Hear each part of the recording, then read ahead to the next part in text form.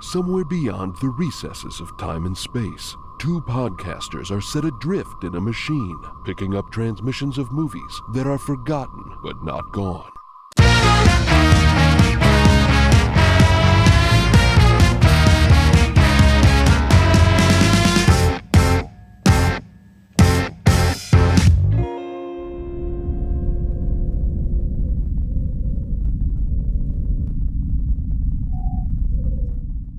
Truman, hey, did you feel that? define that. Are we going back to Ed Burns already? I felt something strange. I don't know, I felt like I slipped, like something slipped past me, slipped over me. Was it kind of like an Interstellar situation where, like, we're going through the black hole and maybe you're like, did our future selves kind of go past us in the opposite way? How would you ever know? Maybe that, I mean, we are going back and forward through time here. At some point we have to cross paths with ourselves. I mean, we could be in someone's bookshelf right now trying to send them cryptic messages through dust, and we wouldn't even know it. That's the beauty of space-time, is you can be in any part of a person's furniture. I wouldn't be in a bookshelf. I would be in, like, somebody's ottoman or something and trying to communicate with them by pushing up on their legs. You know what? I'm just gonna point out that you're choosing to be in a place where people put their feet on you all the time. Maybe you should take that to therapy. Let's talk about Sahara. Okay, even if I was into people having their feet on me, I don't think that would necessarily be a thing I need to deal with in therapy. I think that it's perfectly fine if I wanted to. I mean, okay. I guess there's the issue of consent if I'm posing as an ottoman in order to get feet on me. I'm just gonna very gently point out that you took it in a sexual direction when I meant that people are just walking all over you, but that's okay. You could bring that up in therapy as well. Okay, you know what? Hey, so Sahara, huh? The movie Sahara, directed by Breck Eisner. Fascinating stuff. Okay, listen, I didn't get to ask this in our jam-packed episode, but it's a pretty fundamental question that I think we need to answer. Yeah. What are your general thoughts on McConaughey? Honestly, there was a time in my life when if you asked me what my religion was, I would say I want to just go to Matthew McConaughey's house and learn from him. I think this was... Oh, boy. Oh, no. No, and what's worse is it was more recent than you'd expect. This was during True Detective, like, when he was on True Detective, and it was like... I mainly just knew him as, like, the kind of doofy hot guy from romantic comedies, and it's like, oh man, he's acting, like, he's deep, and he says weird esoteric stuff on the red carpet. I kind of like that. I like the guy, though. I mean, I'm not saying I endorse every single thing he's ever said or done. I'm not sure how much there is there to be upset about, but I think he's a good actor, and I think I don't know. I think that if I've learned anything from following other actors, it's you don't have to be particularly smart or ethical or a good person to be a really good actor. So that's why I mainly endorse his ability to embody characters. Yeah. Do you have a strong take on Matthew McConaughey? Were you coming into this with a position? I don't have a hot take on him. I asked for strong takes. No hot takes, only strong takes. We're talking about durability, not temperature. Do you think you could bench press him? That's a strong take. Maybe I could bench press him in Dallas Buyers Club. Oh yeah, actually, that's good. That's the best possible answer. Yeah, I think I got McConaughey fatigue at a certain point. Around Green Lights, around his book. Like, once he was like, I'm thinking about running for office, I'm like, oof, I think we've had just about enough of whatever, smell of your own farts you're sniffing there. Do you think Matthew McConaughey heard that there were people out there who wanted to just go to his house and learn from him, and he was like, yeah, I think I'll write a book. I think I'll run for governor, yeah. Yeah, that might have happened. I'm trying to think of how I felt about him before that. I think he's a fine actor. I don't know. I have nothing against him, but he just doesn't do a lot for me. Like, I don't get excited about a Matthew McConaughey movie. I don't think he doesn't, like, increase the value of a movie to me. Like, I don't get extra excited going, looking at an ensemble, and going, and Matthew McConaughey's in this? You know what? I think I kind of do. I kind of do. I asked the question. I really liked Magic Mike quite a lot, and it was sort of this thing of watching it being like, and Matthew McConaughey too, playing a really like exciting and cool part. I don't know if exciting is necessarily the word. Yeah, I don't know. I think that I am more excited about the and Matthew McConaughey versus the name above the title Matthew McConaughey. When he's in one scene in Wolf of Wall Street just doing weird stuff and like singing and telling Leonardo DiCaprio to masturbate more often, and I'm like, okay, this is a fun little slice of Matthew McConaughey, but I don't necessarily need him being the anchor of my movie these days. I think you just pinpointed for me that I think I have the exact opposite or reaction to him that you do, at least that you did. I think he's a fine screen presence. I have no problem with him. However, he's not someone I would want to hang out with.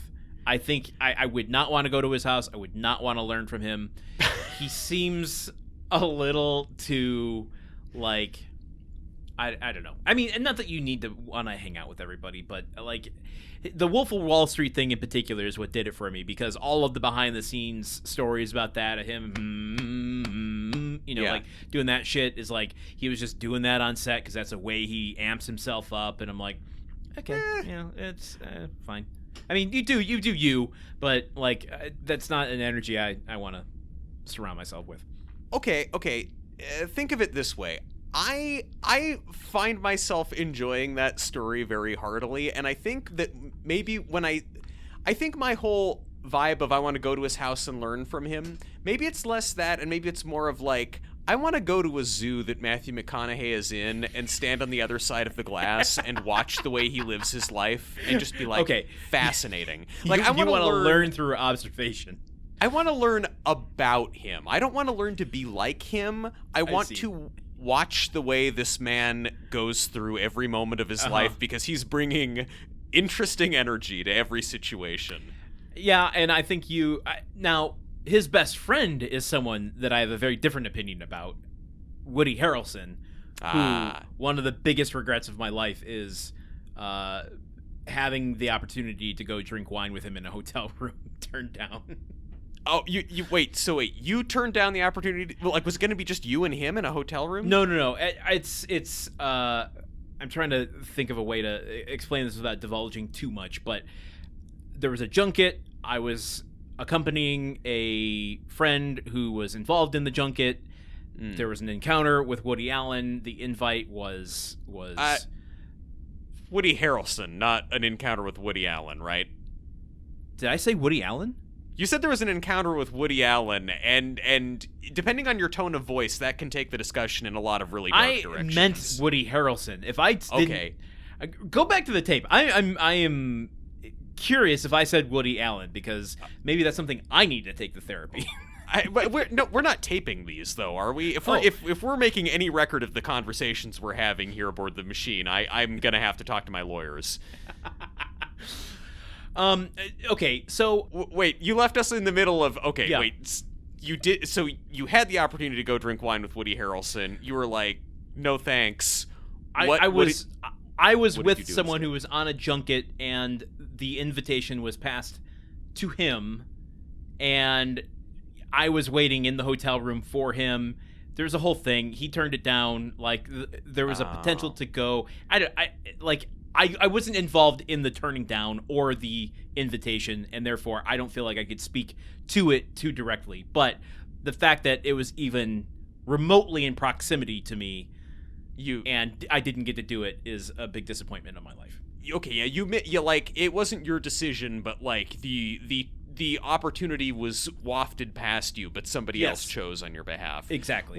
Was it gonna really just be like you two and Woody Harrelson and a bottle of Rioja, or like it's just totally Triangle of Sadnessing it?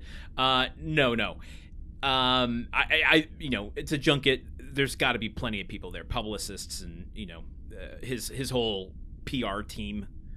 I just don't. I don't think you were missing out on like is in the corner. Woody Harrelson. I mean, listen. If you want to know what it's like to have a conversation with Woody Harrelson and Ted Danson, there's a podcast I can recommend you all about that. I'd love to hang out with Woody Harrelson in 1987. Him and Kelsey Grammer both.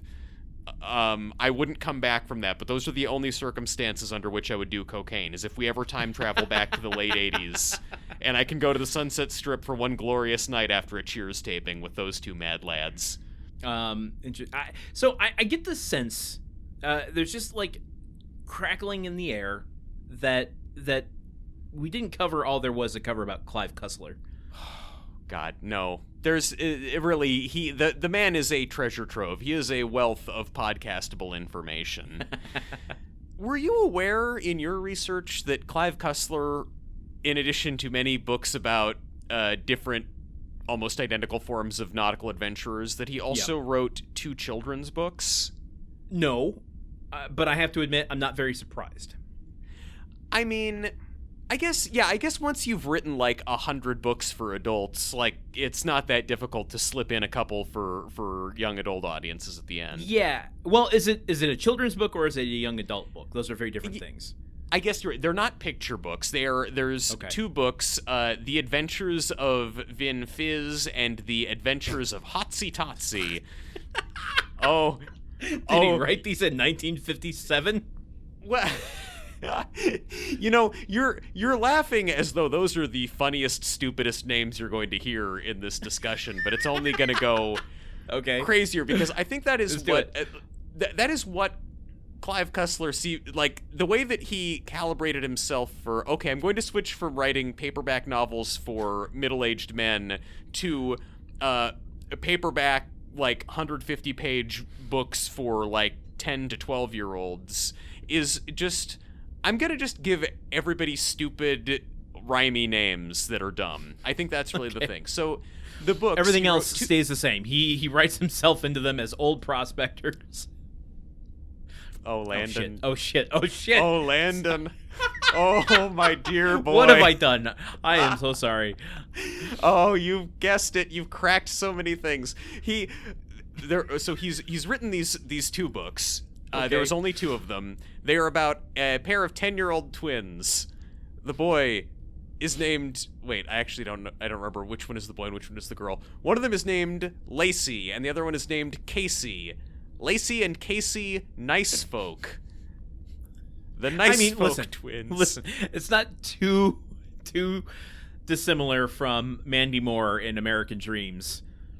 That she's from Paducah, Ohio, and that's like a goofy, cutesy name. What was her name? Oh God, what was her name in that? It was like Do Good or something like that. Oh yeah, well, what was it, or is just the presence of the Nice Folk twins so strong, like on a character level, that it's infecting everything else you know? No, it was Sally Kendu. Kendu, okay. I think this is a little like American Dreams. At least had a somewhat comic sensibility to it. I mean, Vin Fiz and Hotsy Totsy are kind of straightforward children's adventures. So Lacey and Casey Nice Folk live in they live on their parents' farm somewhere in Northern California, and Pleasantville. Well, it is in sort of a kind of timeless mid-20th century past. It's never really made clear, but their parents run this farm, and their parents hire a field worker whose name is, and I'm trying to pronounce this properly, Suka Sukop. He's kind of a strange old man who's weird and eccentric, and he likes to make inventions. Just kind of a... Cool. Yeah, does this remind you of any recurring characters in Clive Cussler books, e.g. Clive Cussler? The thing that you need to understand about Suka Sukup is that his name is Hocus Pocus spelled backwards. And for fuck's sake. Everybody in every review of these books, every favorable review is always like, you might notice that it's Hocus Pocus spelled backwards. He needs to go visit Dr. Acula in Nilbog. Exactly. All of the it's actually spelled backward reveals all come from the same town. They commit lots of red rum there as well. But Sukup gives them a box, a magical box that he's made, that any toy they put into it becomes the life-size version of the thing. And in the adventures of Vin Fiz... Wait, so Indian in the cupboard, basically? Yeah, basically that. Indian in the cupboard, and in 1 second we're gonna go crashing headlong into Chitty Chitty Bang Bang, because they put a toy model of the Wright brothers biplane into it, a normal toy that 10-year-olds have around. Of course, yeah. Kids love the Wright brothers biplane. And it transforms it into a life-size working biplane, which they fly off to have an adventure. And then in the other book, they put a toy speedboat into it, and then it becomes a full-size speedboat. They name the full-size speedboat Hotsy Totsy. They name the full-size biplane Vin Fiz. We're just saying nonsensical words now. Oh, no, Landon, I haven't even gotten to the most nonsensical word. That's the great thing. Oh, no. Lacey and Casey Nice Folk have a dog, Landon. Oh, God. I want you to just guess what the dog's name is. You won't get it, but based on the information you have now, what is the dog's name? Oh, God. I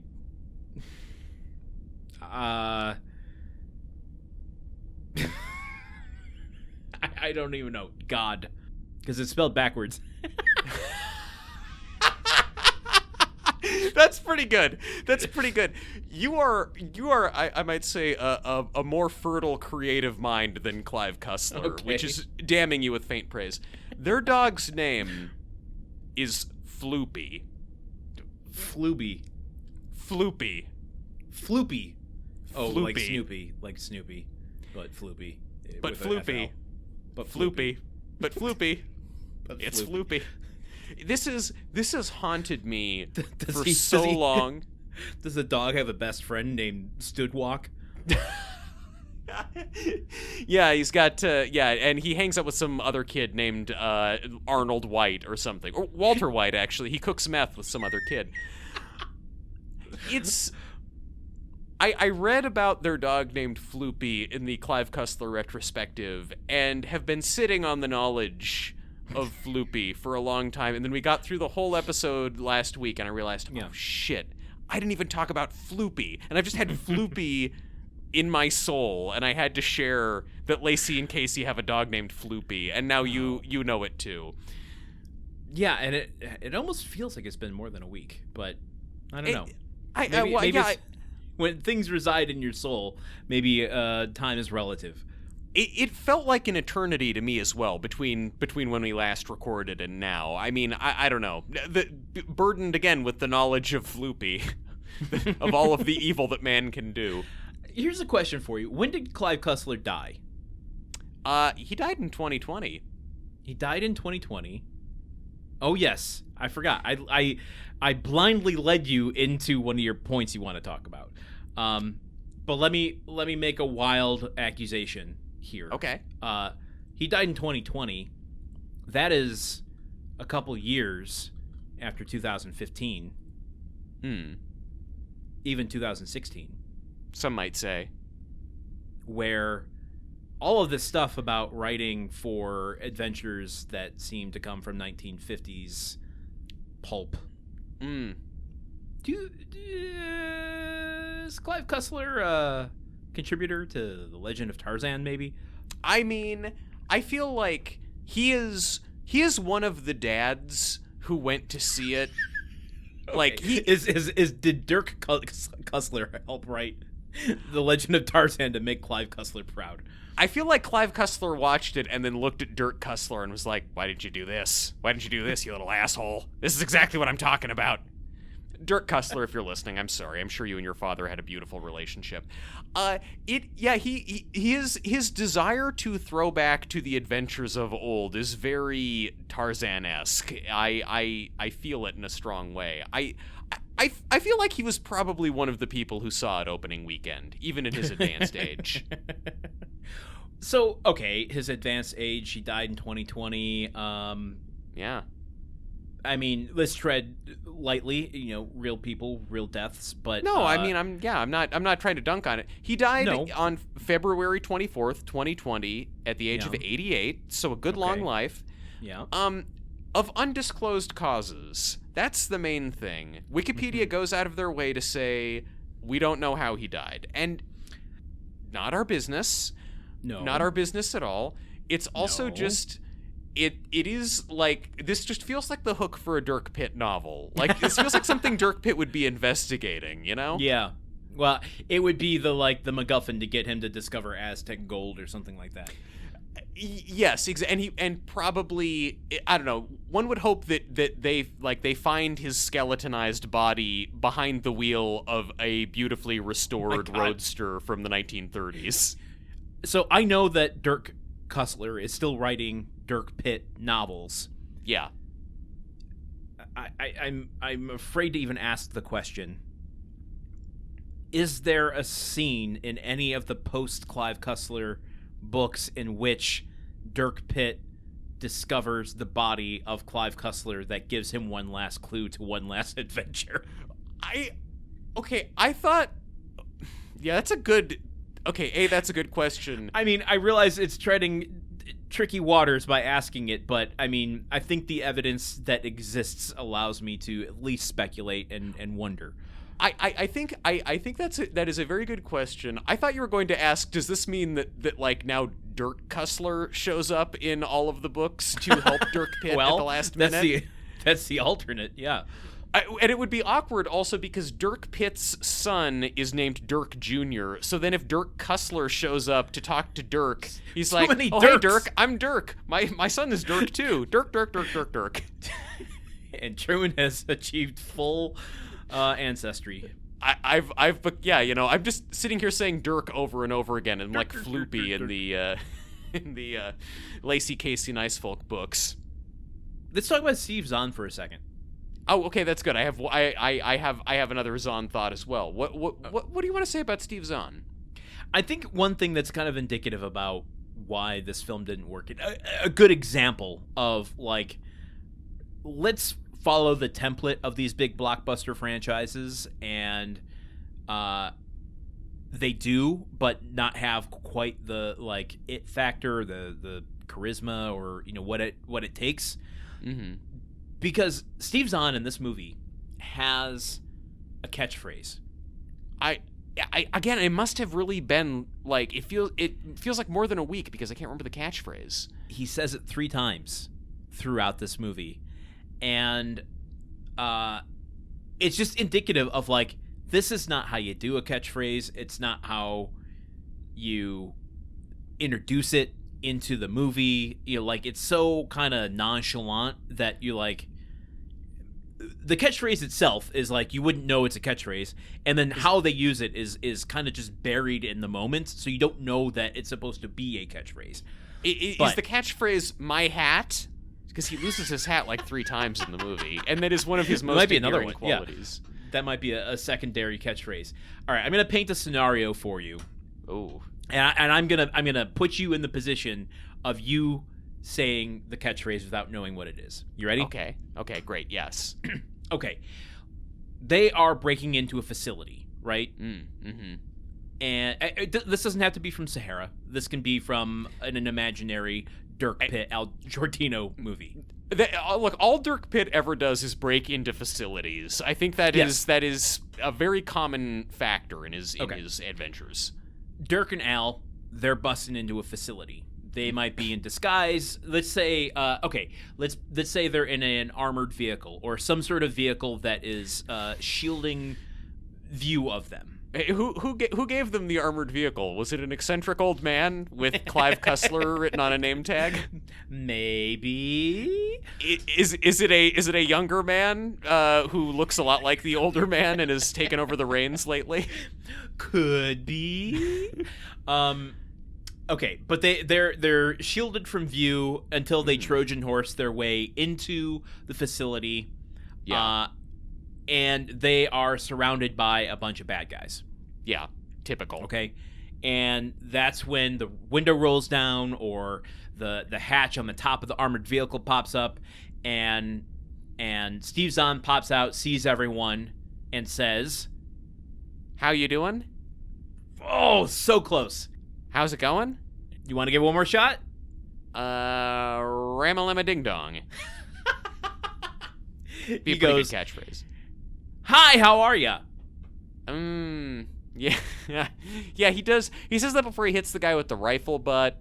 And he says it, yeah, okay, yeah. He says it 3 times throughout this film that are supposed to be like one-liner, gotcha sort of moments with the enemies. And none of the 3 times does it play. And "Hi, how are ya" is the, least memorable catchphrase that's ever existed. If I may, You may. I think it kind of, like, I agree with you, sucks as a catchphrase. But I think it's less a catchphrase and more just an opportunity for Steve Zahn to have kind of an awkward comedy beat, which he sells quite well. So, okay, then I'm giving it too much credit for trying something and it failing than the just complete laziness of repeating the same thing 3 times. I mean, sure. Look, I just always luxuriate in the opportunity to enjoy Steve Zahn doing comedy bits at me. That's me, though. That's just fine. Okay, I want to take us one other place. This is just a mental tangent I had. I don't know why. We talked about it in Poseidon. My brain goes to some weird logistical places with these movies. Yeah, but I mean, isn't that the whole point of podcasting, though, for people to draw weird conclusions about things and then force other people to hear about it? Well. Here's my tangent this time. Okay, great. That could be the name of the show. You got this big ship, Sandekker's ship, right? His yacht. No, it's not even the yacht. It's the big ship. So, whatever the fuck you call that steamliner thing. The big ship. We're calling it the big ship. The big ship. Okay, the big ship. And Lacey and Casey, big ship. Rainn Wilson, works for him, right?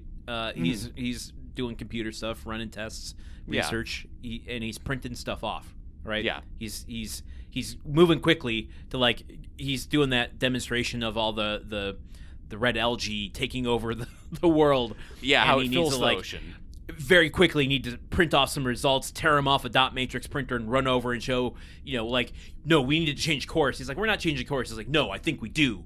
And he's like, looks at the printout and goes, oh my God.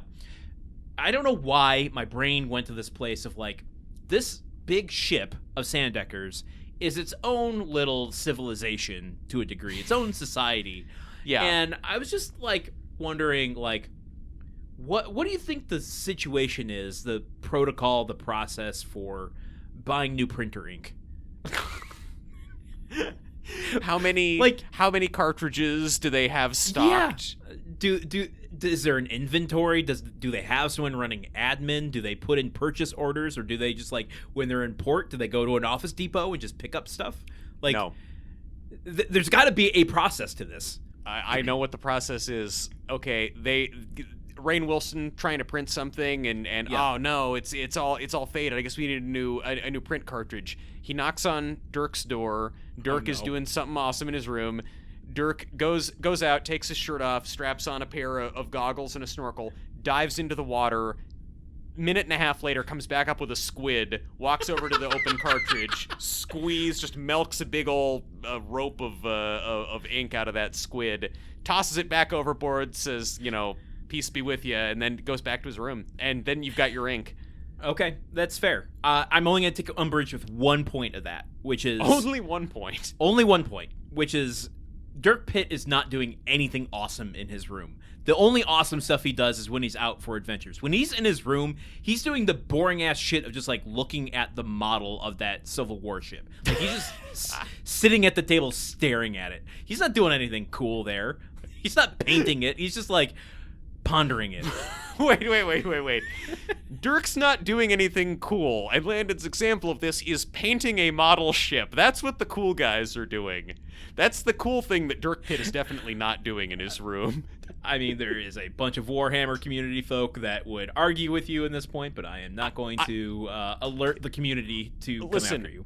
Listen, I think that if Dirk Pitt was painting Warhammer figurines, if Dirk Pitt had a Chaos Marines army that he was working on and he had a little color scheme going, I would read 14 more Dirk Pitt books if he was going to Warhammer tournaments on the weekends. I don't know. I think he does. I don't know. When I say awesome stuff he's doing in his room, I mean, it's he's probably reading like The Art of War or something, you know, like like hanging upside down to strengthen his calves. Doing things to prep to be awesome. I don't necessarily think those actions themselves are awesome, but yeah, well, yeah. I mean, they're supposed to look awesome. They give the impression that he's kind of a deeper Ed Burnsy type guy with a little bit more going on than you'd expect. Oh God. So look, before we close anything else out, I just have to say this other thing about Steve Zahn that I learned from the many documents that were leaked during the court trial. You didn't bring up any Zahn drama. Zama. I didn't bring up any Zama because there really wasn't any Zama. The Zahn is a consummate professional, and he didn't really make any shit. He was just happy to be there, getting paid $2.2 million plus a $300,000 option, as well as $264,153 in star perks, including 2 fitness trainers. No, the point is, good for him. Good for him. Good for him. Get that money. It does. Yeah. 2 things suck. His contract called for first-class round-trip airfare to Morocco for him and his wife and 2 children and nanny, and then coach tickets for his personal assistant. Mr. Zahn, respectfully, a little bit go fuck yourself. Your personal assistant works hard, and they deserve to be in first class. I'm sorry, it's a long time ago, but just that. Other thing. But just he that. also okay. He also got in the contract free cell phone. So he just threw in, give me a free cell phone, and also the rights to purchase wardrobe from the film at 50% off. That's pretty common. I don't think there's anything weird about that at all. Here's what I think is weird about that. Yeah. What are the looks in Sahara? What are the fits in Sahara that you really like want? Well, it's all cargo shorts. The hat, Truman. The hat, many the hats. Iconic hat. He wears many hats. I think that's probably just a contract thing. Like, it's just a pretty standard print. Like, you know, I have the option to do that if I want to. Sure. If this pair of ripped up cargo shorts that I was wearing, if it really speaks to me, if it's really comfortable enough, I wanna only pay $18 instead of $36. They do show his Z's. Yeah. Yes, they do show his Z's. So anyway, I don't know. I guess I didn't have. I really hope you leave that pregnant pause in there. Yes, I got pregnant from looking at his Z's. It excited me so much. The pause was me sitting there thinking, wait, we're not even calling them Zahns anymore. We're just calling them Z's. Well, it was just his butt crack. We covered this last time. It wasn't his full Zahns. It was just it was just the top. It's just his crack, so we see the Z's. How is it that I forgot the specifics of what we said? It's only been a week since we recorded last, but it feels so much longer. I don't know. You have anything else about Sahara that we didn't cover? No, my only other comment about Sahara is that we've already talked about it quite a long time for a mini episode, and we still have to talk about the trailer. So, yeah, maybe we can put Sahara to bed, or at least we can bury it under a sand dune for some future podcasters to come and find. Yeah. I'm just looking through my notes here to see if I got anything that I will die if I don't talk about. Yeah, we talked about the tone last time. Is this Blood Diamond or Indiana Jones? Yeah, that was a big component. Yeah. Monterey. Yeah. I flagged Monterey as a mini subject to talk about. The Bay of Monterey. That's where she's got Penelope Cruz has a house there. No. Dirk Pitt knows someone who has a house that he takes Penelope Cruz to. Penelope Cruz is the person who has the house there. Wait, really? Yes, I missed that flirtation. Dog, entirely. Apparently, dog. So many cute underwater adventurers have probably been flirting with you, and you've missed it entirely. Well, she tells him in a scene on the boat, I have a house in Monterey, but I never have time to be there. And then later when they're departing and he's hitting on her, he's like, I know somebody, she's got a house on the Bay of Monterey, but she's never there. You know, why don't we go? So that makes that way less creepy. I just thought he knew a previous fling that had a house in Monterey that he was going to take her to. I mean, that is Yeah, that is kind of a creepy move, but that's also a move that you can probably still get away with when you look like Matthew McConaughey. No, he's being like legit charming. Watching that scene, I'm kind of like, damn it, Dirk Pitt, you're working on me here. This is getting me. If I'm Penelope Cruz, and also we've presumably already hooked up on the tiny boat with everyone else around us listening. Yeah. Also, I had crossed this off my list to talk about because I realized I had an insecurity that I'm like, wait, maybe they're not talking about Monterey Bay, California, and they're talking about some other more exotic Monterey. Yeah, like Mexico. Yeah. I don't know. So then I felt stupid, and I didn't want to talk about it. But we talked about it. Well, yeah, we talked about it. They don't really make clear where it is either, but given that she is coded as Latina and has a Spanishy accent, they probably mean Mexico. Yeah, not a beach with a bunch of seals. It would be hilarious if that last scene of them making out in the water, we pan over and there's like 4,000 seals just howling at them. Yeah, exactly. Exactly that. A couple of otters cracking a crawfish with a stone. As I was saying, I want to watch Matthew McConaughey in a zoo. Maybe what I actually want is to watch him in an aquarium. Not necessarily watching him getting down with Penelope Cruz in an aquarium, although, I mean, if that's on offer, I'm not going to look away. I'm just saying. Your mental pictures can take Penelope Cruz and Matthew McConaughey from this film and put it into the love story of The Last Song and Bob's Your Uncle. Oh, wow, you're right. God. You know what? And look, the thing is, Penelope Cruz is in the water with all those sea animals willingly. She consented to that. She didn't get yanked in there. Yeah, fair. Not a shark in sight. Oh, God. Should we play the trailer game? Yes, let's. All right. So Truman and I have not watched the trailer for the movie that we have covered so that we could decide what moments from the movie we think that it will be marketed upon and appear in the theatrical movie trailer for the movie Sahara. Hey, audience! If you're confused by what we're doing, fuck you. Figure it out. I don't care. Oh my God. Yeah, no. I'm sorry. I feel like it's fairly. I mean, either you've heard us do this before, or it's fairly self-evident what's going on. You didn't just jump in at Sahara, did you? I mean, it's easy to tell someone to go fuck themselves when you're way out in space and they can't come and confront you to your face about it. Yeah, exactly. I would not say that to anybody with a rocket ship, which is why I'm being uncharacteristically kind to Elon Musk, something that I hate to do. Let's play the trailer game and get away from that. Yes. Okay, so what do you think is going to be in this trailer? I have a few notes. I mean, okay, so I'm gonna take the easy one right off the top. Them turning the plane into the thing. Desert sailing. Yeah, desert sailing. Absolutely. Yep, desert sailing. Absolutely. Plane. The question though, yeah, is will that still be accompanied by Magic Carpet Ride? I'm gonna say no. I think I'm gonna back you on that. I think they'll take it and put it over some sort of sweeping score.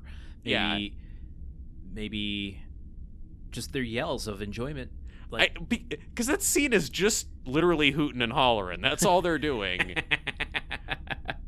So yeah, I think it's going to be sort of like a bunch of clips of adventure-y hijinks, and one of them is just them riding that thing going, ah! Since we talked about it so much in this episode already, I think we're going to get a hiya, how are ya? Okay. Which one do you think it's going to be? Do you think it's going to be Rifle Butt to the Head? Okay, all right. But we just watched the movie so recently. Rifle Butt to the Head is, I think, a little too intense. Yes. Yeah, it's going to be one of the other two. Okay, one of the. Oh, okay, so just a hi, how are you from Steve Zahn. Yeah. I'm trying to think. I guess we're not going to get much Rainn Wilson because The Office was not on at this point. No, we will get one Rainn Wilson bit. Because you have identified that trailers love shooting and guns. Flair. I've identified they love comedic beats of people making sound effects. So we're going to get Rainn Wilson and William H. Macy talking about the yacht, and Rainn Wilson just going... And then I'm not going to write...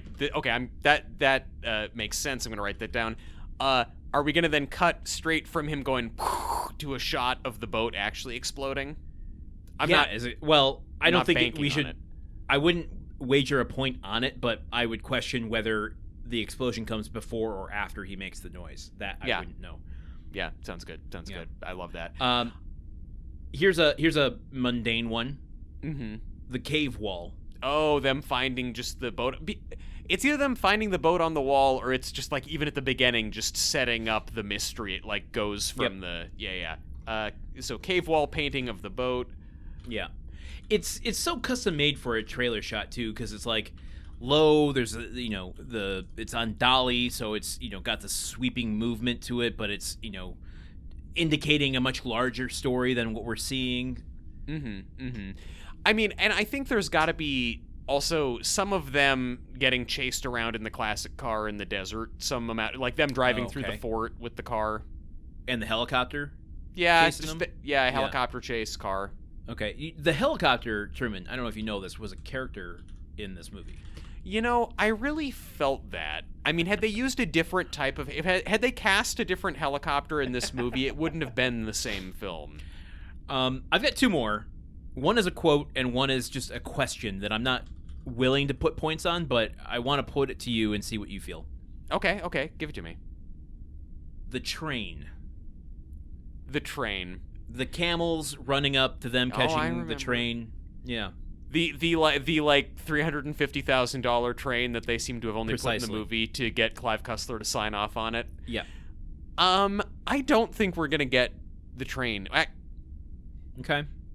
Nor do I. I actually know. The camels running to catch the train is an image that you don't normally see, and it fits very well with the title Sahara. Yeah. I changed my mind. Camel train. They're gonna just cut. They're gonna cut to every kind of action scene they can to mask how little other stuff is going on in this movie. But you know what? We need to indicate a little bit of the romance, and that's why I think we'll get the line, "Every good thing that's happened to me has happened on the water." Everything. Mm-hmm. Yeah, every good thing. I realized on the I water. went from McConaughey in the last episode into Varsity Blues, but fuck it, we're at the end. I don't want your boat. Except he does want the boat. He does want every boat. He's a boat hog. That's the problem. Boat hog comes on after Boat Cop. No, Boat Hog is Boat Cop's nemesis. You know this, Landon. It's a spin-off. It didn't really work. Yeah. It's forgotten, really. Yeah, okay. Everything good thing happened on the water. Yeah, I'm trying to think if there's anything else. I mean, I think there's going to be, some kind of, they're going to put some kind of the Blood Diamond-y plot in there. I got it, and I know exactly what it will be. Yeah. It's going to be trapped in a well. Trapped in a well? I think it's going to be her, I think it's going to be Penelope Cruz tending to some sick villager and going these people are dying and the world does not care. Okay. All right. Yeah. Okay. Yeah. So it's Cruz tending to sick people. That's my vibe. Okay. All right. I still feel like there will be well content, but I'm willing to concede. You're willing to concede? Okay. I feel like it's been a very long time since we've podcasted, almost as though some of the content isn't quite as fresh as it normally is. I don't know, but it's only been a week. Time is looping in on itself. Truman. That's like a thing Matthew McConaughey says in True Detective, and I'm sitting there I gotta learn about this guy. Should we watch the trailer for Sahara? Hell yes, we should, and it's gonna happen right now. Ooh, there's no logos on this preview has been approved. For years, I've Uh-oh, there's a logo. Who's been approved by? It's a coin. I finally have the proof. Bristol Bay You found a coin. I found the coin. Ooh. At the end of the Civil War, a battleship carrying a secret shipment of gold. They put a heavy sepia tone filter on these. Yeah, I know, that's like a red How tone. did you get God, this? these transitions are giving me In Africa. ADHD. 72 hours. I'll meet you at the boat. Nope. I got the check. Sit down, I'll get the check. Son. For explorer Dirk Pitt and his team. This is the place. Ship should be here. I have to warn you. There's it's a well. Very dangerous. There is a well. I was too caught up in this beautiful music. Wait, A good ship was Wait, that just a, they turned the well into the boat. was that just a shot of a skull superimposed? Yeah, that was in the boat at the end. No one could have imagined. What's it mean? Cave wall. Great. Okay, cave wall. This spring, Chopper. The Americans I Well, was telling you it's about. not chasing They will anything soon yet. find out what we're doing. And now the problem is mine. I'm sorry, I don't speak English. Oh, that's a good line. We should have had that one. Wow. Some bad news about your boat. Landon! Yes! And the end we expected. I'm looking for a boat. This is not the harbor. They're really hitting this Indiana Jones thing hard with all these maps spinning around in the background. And they're hitting the Zahn comedy bits, giving them lots of space to play out. Oh, brings them camel closer train. to the greatest Camel train. discovery Hell yeah. under the sun. Glad we said yes. Under the sun. Bring them to me. From international best-selling author Clive Cussler. Why is Foo Fighters in this? No. Oh my god, they want this to be Indiana Jones so hard. Classic car chase. Should have worked. Steve Zahn. Penelope Cruz. That's your 100 as a token. Okay. Don't want to rain on your crazy parade, buddy. But I don't Okay, think we can desert fix plane. this thing. Desert plane. Sahara. Desert sailing. Here it comes. But we're making great time. What? Those lines weren't even in the movie. Directed by Breck Eisner. Eisner. I've heard that name Eisner. before. Who could he be? Who could he be related to? I don't know. I feel like we did about halvesies on that one. We didn't do great. We didn't do. Oh yeah, we got the cave wall boat painting. We never really got the plane or the helicopter chasing the car, so we don't really Okay, get. let's give us a half point for that because we get the helicopter and we get the car chase. We just don't get them together. Yeah. I say that's worth a half point. That's for the half And point. I'll put it in. I'm pretty honest when I play this game. Yeah, no, yes. You're except when it comes to the agreed upon rule that you always choose to forget about 5 guesses. So They're extra credit. I think that I like going into this, I was like, they're not gonna give the space for a Steve Zahn "Hi, how are you" bit to land, and instead a huge percentage of this trailer was just them giving space to kind of Steve Zahn awkwardly laughing or something. But no hi, how are yous. No, it's just very interesting how Zahn forward the trailer was. I'm really happy for my boy that he like featured so heavily in the trailer for this. Well, without him, I mean, it's just a boring ass trailer. Because it's a boring ass movie without him. This trailer, I'm almost like looking at it. I'm like, are we watching a project that like a kid made for his visual arts class in 2009? Like some of these transitions, that like zooming on the coin and spinning around, or like when Penelope Cruz it's her falling down the well, and then they change that into her falling into the bottom of the boat. Penelope Cruz falls a lot in Sahara. But then she falls down and she's looking right at one of the $16,000 worth of skeletons that they put on that boat. But then it's like they cut to an insert shot of what appears to be a stock photo of a skull that is superimposed over the image for a second. We got to like put the link to this trailer in the show notes because people would benefit from watching it directly. Okay. All right. Yeah. It is strange. I mean, I don't know. I mean, it kind of blurred into the background, no pun intended, just because of how much map content was, swirling around each scene. Yeah. Well, okay, we got 4.5 out of 8. 4.5 out of 5. That's great. Yeah, that's great. That's great. Yeah, I'm very honest at this game that I've rigged in my favor. Okay, we need to look up how extra credit works. If there's only 5 main questions and the rest are extra credit, then technically whatever points you get are out of 5. Yeah, let's just then call everything extra credit at that point. It's just like when you just apply the extra credit label to anything you're going to get wrong, it's like, oh, that one was extra credit, so it actually doesn't count against my score. Pathetic. So he doesn't tell us that every good thing ever happened to him in the water. We do see a shot of him and Penelope Cruz frolicking in the water at the end. No seals, and we don't get any evidence of Penelope Cruz tending to sick people. She's mainly turning dramatically and looking at the camera, or that's basically it. Or falling down things. There was a lot of well content here, though. I think in retrospect, they're trying to sell a high octane adventure. Dealing with a WHO storyline probably doesn't fit into that paradigm very well. Yeah, it didn't fit into the paradigm of the movie very well either. I wish the movie had taken more cues from the trailer, much like the original Suicide Squad movie did. Would this movie trailer have gotten you into the theater? No, honestly, this would have gotten me further away from the theater. Ooh, bad trailer. A bad trailer. I mean, look, I like how much it centers Steve Zahn, but otherwise, I think this trailer's bad. What I mean, like, did you like this trailer? No, I think likewise. I would have been like, oh, Penelope Cruz, I like her. Steve Zahn, I love him. Matthew McConaughey's in this. And Matthew McConaughey's in this?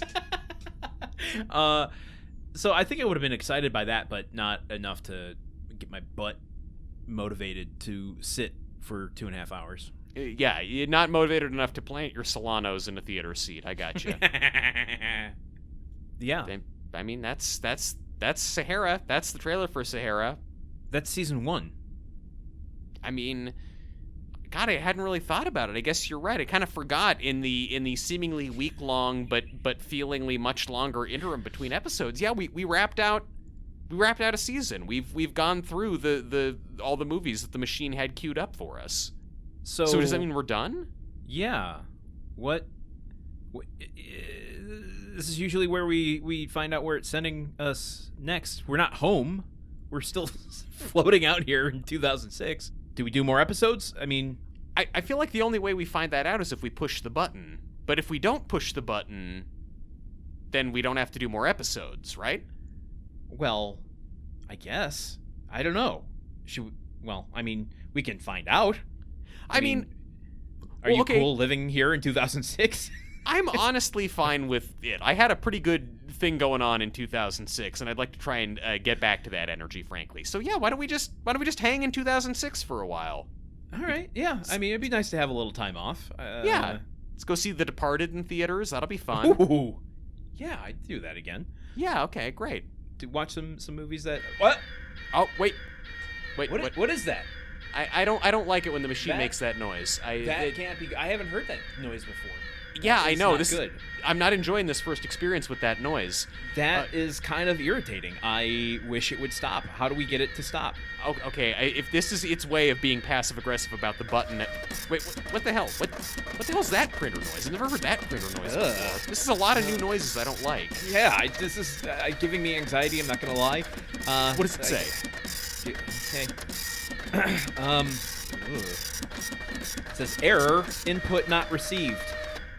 Initiating reboot time sequence. What? Destination date March 3rd, 2023. Isn't that the date of Operation Fortune Ruse de Guerre? Oh no. Oh god, you're right, it is. It's not sending us back to the beginning of the first season, is it? Reboot time sequence? I think it is. I think it didn't receive the input. It didn't receive our episode, or we didn't push the button. It just didn't receive anything. And now it's sending us into a time loop. Okay, so wait, we're gonna have to redo the entire first season. No. I am not doing reminiscence again. Push the button. Push the button. Okay, push the button. okay, push the button. Push the button. Let it know that we're ready. We're push the button. Wait. It's printing a bunch of stuff now. It's printing a lot. Hang on. Oh god. Okay. Wait. Now it says episode required. Episode required. Episode required. Episode required. Episode required. Episode required. Does that mean we're doing The Shining? All work and no play makes Jack a dull boy. Why is it repeating itself so much? It may be I did push the button 6 times. Maybe I shouldn't have pushed the button 6 times. Well, okay, true. In my defense, you were telling me to push the button, so it's really more of a you thing. I wasn't telling you to push it that many times. I was just trying to emphasize the importance of pushing it and pushing it. You could have just said push the button very loudly one time. But okay, you know what? We're here. So okay. It seems like the machine wants 6 episodes from us, or else it's going to send us back in time. Are you getting the same vibe out of this that I am? I mean, I don't want to go back in time, so I would rather do 6 episodes than 1 episode of anything we've done already. Yeah, well, I mean, I'd watch the last song again. I'd watch the Mexican again. But that's a loser attitude. We have to keep moving forward. Right. We cannot repeat the same stuff. Okay. Let's just figure out some stuff to feed it. And maybe it'll be satisfied with it. I don't know. I don't have any idea what to feed it. Yeah, it's not giving us a new date to go to, so we got to come up with something. Okay, that's fine. How hard could it be? We're professionals. We'll just come up with 6 different topics, 4 episodes, all of which can be launched in a relatively short amount of time in order to get this machine off our backs and keep us from going back to the Operation Fortune days. Yeah, nothing wrong with that. No, it's no pressure at all. Yeah. So we should probably get on that and figure out what that's going to look like. Yeah, sounds great to me. I'm not sweating it one bit. Truman's lying. It's a small machine. I can smell him from here. I guess until next week, when we bring you something to feed this machine, I have been Landon Solano for Truman Caps. And for Landon Solano, I've been Truman Caps as well. Bye. See ya. Movie Memory Machine is part of the Gruntwork Podcast Network. Join our Patreon at patreon.com/gruntworkpod to keep the machine running. Theme song by Porky's Groove Machine. Rate us on Apple Podcasts or wherever you listen. For more information on today's show, visit moviememorymachine.com.